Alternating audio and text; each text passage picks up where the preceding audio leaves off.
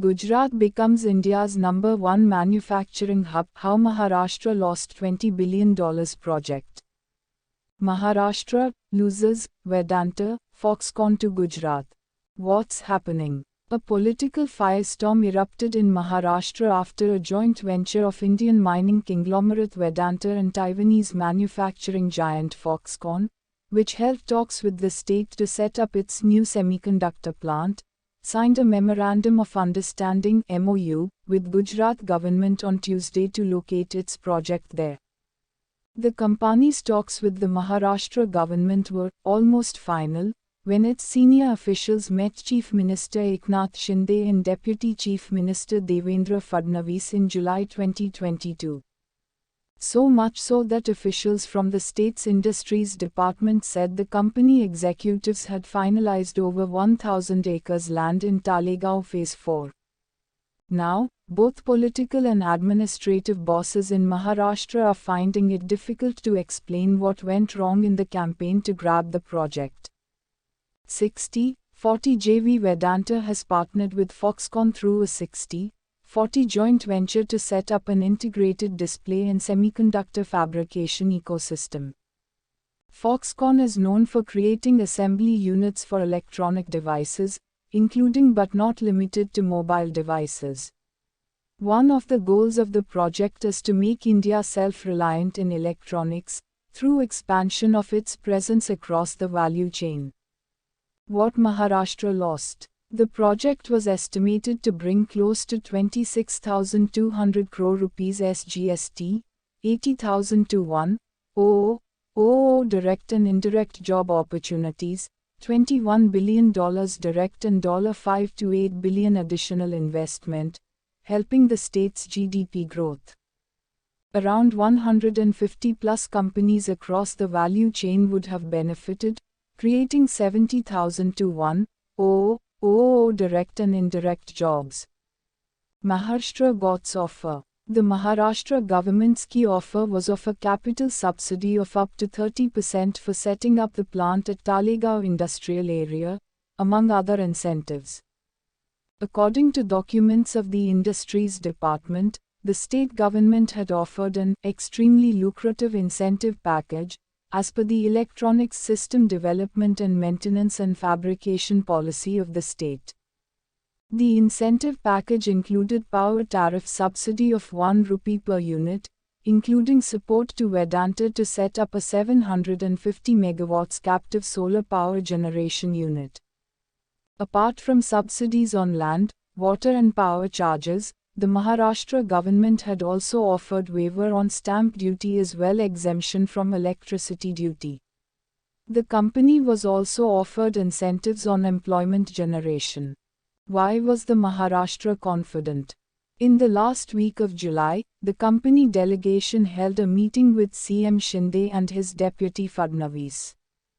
Following the meeting, Maharashtra Industrial Development Corporation issued a press note, which said, Vedanta is in active discussion with the government of Maharashtra for their proposed manufacturing facility for semiconductors and display fabs. With a high concentration of skilled manpower, connectivity to the port, seamless domestic supply chain and highly developed industrial infrastructure, Talegaon in Pune has emerged as a prominent option for Vedanta and Foxconn for their $22 billion investment that can generate more than 200,000 direct and indirect jobs. The note further said Vedanta and Foxconn had multiple rounds of meetings with the state leadership and Vedanta conducted site visits to Talegaon in Pune and found the location to be an ideal match for their requirements. Shinde, too, had said it was a win-win scenario as Maharashtra has the required skilled manpower and industrial and logistical infrastructure suited for a project of this scale. A proposal with regard to transfer of land was to be brought in state cabinet meeting. So why did the company choose Gujarat? According to sources within the Maharashtra Industries Department, the reason could be Gujarat's more lucrative offer on land-related incentives. Politically, the opposition in Maharashtra is claiming that the state government surrendered to Prime Minister Narendra Modi, who hails from Gujarat, at a time when the state is set to witness assembly elections. The ruling side has blamed the previous Maha Vikas Aghadi (MVA) government for not extending more incentives to the company, in comparison to Gujarat. Gujarat has left behind Maharashtra to become the country's leading manufacturing hub, according to data from the RBI. Gujarat saw its gross value addition (GVA) in manufacturing grow by 15.9% annually between FY12 to FY20 to stand at 5.11 lakh rupees crore, data shows. Meanwhile, Maharashtra's annual growth rate stood at nearly half of Gujarat's at 7.5% for the same time period, and its GVA for manufacturing stood at 4.34 lakh rupees crore in FY20. Next in line after Maharashtra, in terms of manufacturing, was Tamil Nadu with a GVA of 3.43 lakh rupees crore, followed by Karnataka at 2.1 lakh rupees crore and Uttar Pradesh at 1.87 lakh rupees crore.